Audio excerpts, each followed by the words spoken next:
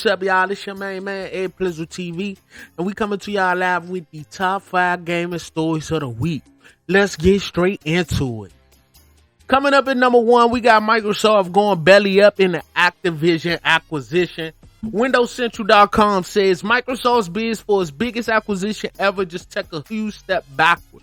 The UK regulatory body known as the CMA said that it has blocked Microsoft's purchase of Activision Blizzard. The CMA examined the proposed purchase over the past several months, notably raising concerns earlier in the year that the deal could harm competition. The CMA claims that it's blocking the deal over concerns in the cloud market, despite Microsoft working tirelessly to sign deals for competing cloud platforms to gain access to Call of Duty and other games. A few weeks ago, the CMA revised and narrowed its list of concerns, accepting evidence that Microsoft would not be inclined to remove the Call of Duty franchise from competing console platforms outside of Xbox, specifically away from PlayStation. It seems that Microsoft didn't do enough to secure the confidence of the CMA. The UK is the first major regulator to block the deal, in contradiction of regulators that have approved, including Brazil, Chile, Japan, Serbia, and Saudi Arabia, with South African regulators also recommending approval for the deal. Microsoft still needs approval from the European Commission and the SAMR in China before the purchase can officially be consummated, while the FTC in the US is seeking to stop the merger from happening. However, there is a report that Microsoft could seek to close the ABK deal without the approval of the FTC in the United States, owing to the FTC's apparent reluctance to seek an injunction in the federal court system. Next up, guys, shout out to everybody that's rocking on the PC.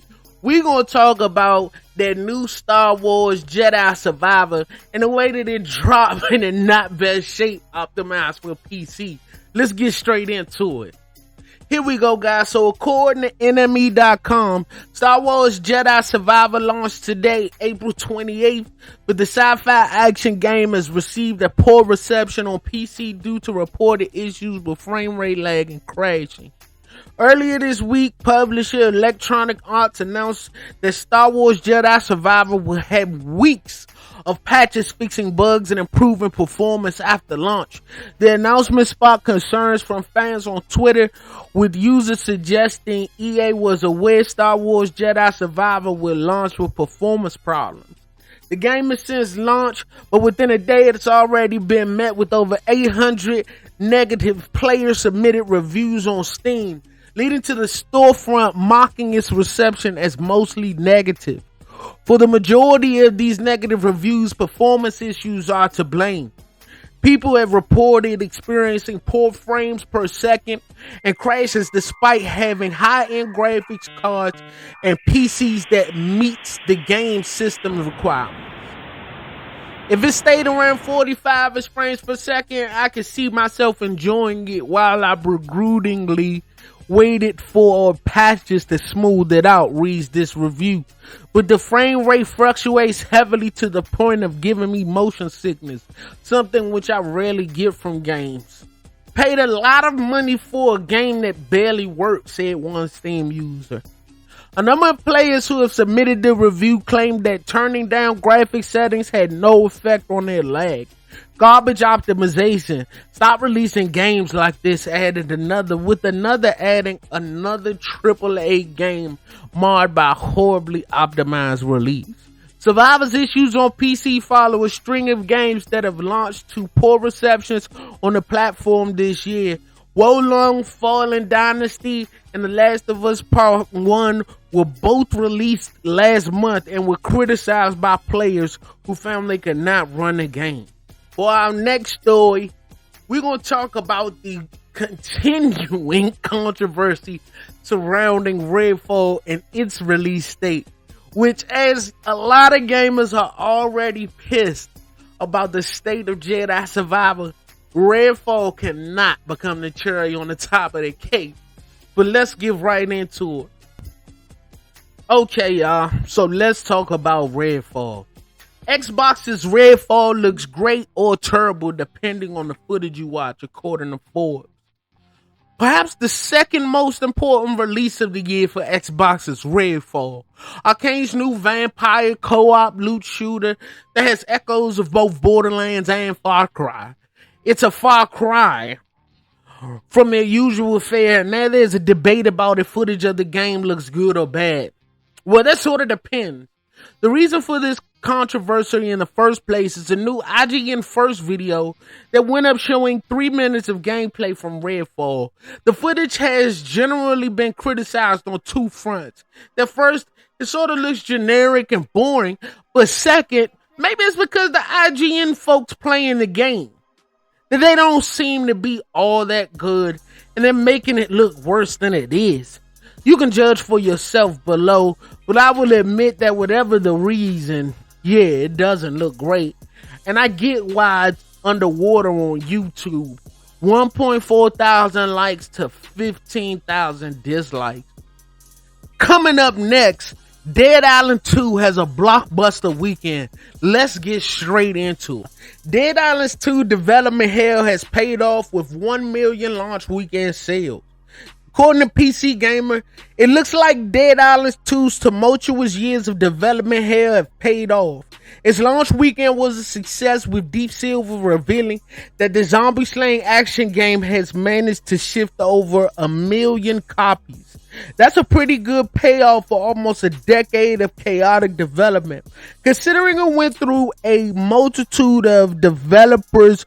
First, Jaeger in 2014, to an unnamed developer in 2015, the Sumo Digital in 2016, before finally settling on Dambuster Studios in 2019. Most games don't even make it through that number of development studios to a full release. So to see the game make it out on the other side and have decent launch weekend numbers to show for it is a small miracle. Deep Silver shared some other fun stats, like players slaying over 1 billion zombies while meeting their own demise around 28 million times. A big shout out to Deep Silver for seeing it all the way through, guys.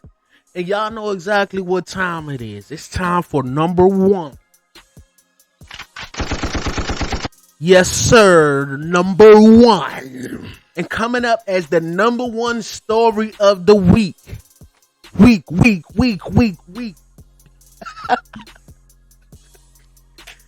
Listen, man.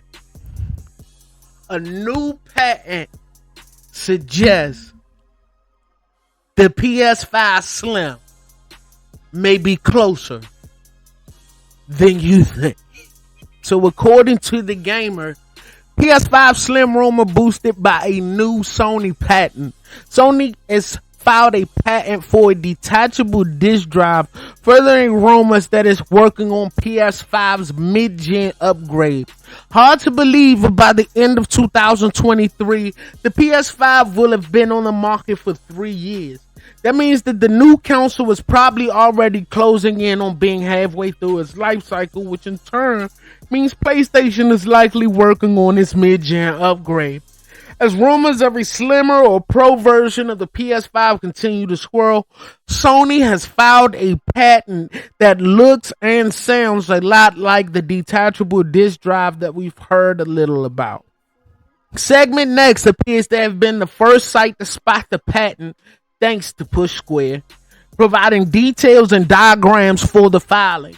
While the PS5 is not mentioned by name, the filing describes the new piece of equipment as an optimal disk drive that can be mounted in electronic equipment such as a game machine, personal computer, or audio-visual equipment. Nothing official, but certainly the next logical steps towards PlayStation potentially announcing whatever's next will come with the detachable disk drive. Oh shit, they got their schematics. Damn, that the mid-gen upgrade to the PS5 will come with the detachable disk drive have been swirling since 2022. It was also suggested the disk drive will be sold separately, but more recent reports claim the drive likely won't be compatible with the original PS5 models. While one of the OG models already has a disk drive, the digital only edition obviously does not. Nothing concrete yet, but for now, it still seems you won't be able to play physical games on your digital only consoles. New hardware dropping mid-generation is crazy. I'm excited to see what PlayStation is going to bring out. But again, it can definitely help out that Xbox crew too to try to put out some new hardware on the street. It can be somewhere in the middle between that S and that X. Because a lot of people are, calling that S that potato, emulator shorty. And after y'all took away that that retro arc, there's not too much pumping over there. So between the Redfall issue, Starfield constantly being delayed, and all this other shit that's going on, Xbox could definitely use a dub. So hopefully Phil is over there. He done got out the bathtub with his rubber duckies and he put some shit together. Either way, man, it's your main man, Ed Pleasant. These is my top 5 gamer news stories of the week, and we gonna catch you next time. It's Ed Play, fool.